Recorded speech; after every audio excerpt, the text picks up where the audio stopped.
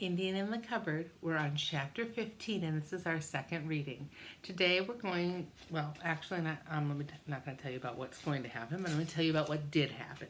So in our last reading, if you remember, Omri's mom had just told Omri about Gillen's rat having gotten lost and loose and how they had seen it under the floorboards in Omri's room. And so they were a little worried. They have Boone and they have Little Bear on their nightstand to keep them off the ground. And they're trying to take care of Boone from where he got hurt from Little Bear. There followed a timeless period of just sitting there silently, their eyes fixed on Boone's still figure. And this is, of course, Patrick and Omri where they're referring to. Their eyes fixed on Boone's still figure in the flickering candlelight. Omri began to feel a little lightheaded after a bit. The candle flame went fuzzy in Boone's body. And Boone's body seemed to vibrate as he stared at it. At the very back of his mind, something else was nagging. Nagging is when something bothers you, right? When someone's nagging you. So something was nagging at his mind. He didn't ask himself what this was, because he had this superstitious feeling that if he let his mind wander from Boone, even for a minute, Boone would slip away into death. It was as if only Omri's will and Patrick's were keeping this tiny little fragile heartbeat beating. So suddenly, though, and I love this language, so really listen to the language here. Suddenly, though, a thought, like a landscape lit up by lightning, flashed to the forefront of Omri's brain. I'm going to read it again, because what I really like that Lynn Reed Banks does here, she's really helping build this picture for us. So listen to this again. Suddenly, though, a thought, like a landscape lit up by lightning, flashed to the forefront of Omri's brain. So imagine like a thought coming to you like that. Boom! Big, beautiful thought. To the forefront, to the big, right to the surface of Omri's brain. His eyes wide open, he sat up with his eyes wide open and his breath held. Patrick! Patrick jumped. He'd been half asleep. What? The key! I know where the key is! Where? Right under my feet. It must have dropped through the floorboards when Dad opened them. There's nowhere else that it could be. Patrick gazed at him in admiration, but also in dismay. How are we going to get it? He whispered.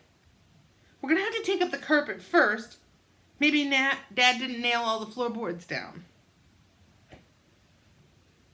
Moving very quietly, they managed to lift one corner of Omri's bed and kick back the edge of the carpet from underneath. Another bit was just under the bedside table leg, and that was tricky, but they shifted it between them in the end. Carefully, they folded the corner of carpet back on itself, exposing the boards. Oh, I like that word, exposing. That's a nice word to use instead of the boards were showing. Exposing the boards. Omri then stuck his fingers down the narrow crack at the end of the boards, one after another, testing to see if they could be lifted. Only one of them could be. The rest were nailed down to the joists underneath, the joists of those boards that I was talking about. Making as little noise as possible, he hadn't heard his parents go to bed yet. Omri pried up the short end of the board. A hole about 6 inches, let me show you, 6 inches by 18 inches. So a hole about 6 inches by, I'm back up for 18 inches. 18. Okay, a hole, 16, about 6 inches by 18, gaped in the light of the candle Patrick was holding. Even when he put the candle down in the hole, they couldn't see much. "We have to risk putting on the bedside light," Omri said. They switched it on and carried it on its cord down to the hole. Kneeling on the floor, they peered into the depths. They could make out on the dusty lath and plaster, about a foot down, the top side of the ceiling of the room below, the room where Omri's parents were sitting right now. "We'll have to be dead quiet, or they're gonna hear us." "Dead quiet doing what?" Patrick asked. "It's not there. You'd see it if it was." "It must be under one of the nailed down boards," said Omri despairingly. At that moment they heard Little Bear calling them, and they stood up. He was standing outside the longhouse with nothing on but his little breechcloth. His hair hung loose. His face and chest and arms were smeared with ash. His feet were bare. "Oh, Bear, what are you doing?" asked Omri, aghast at his appearance and very surprised, shocked. "Want fire. Want make dance. Call spirits. Make moon alive."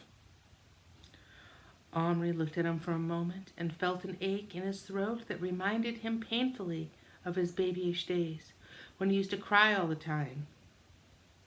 Days he thought had left him forever. "Little Bear, dancing's not going to do any good. The spirits won't help. We need a doctor. To get the doctor, we need the key. Can you help us find the key?" Little Bear didn't move a muscle. "I help." Gently, Omri picked him up.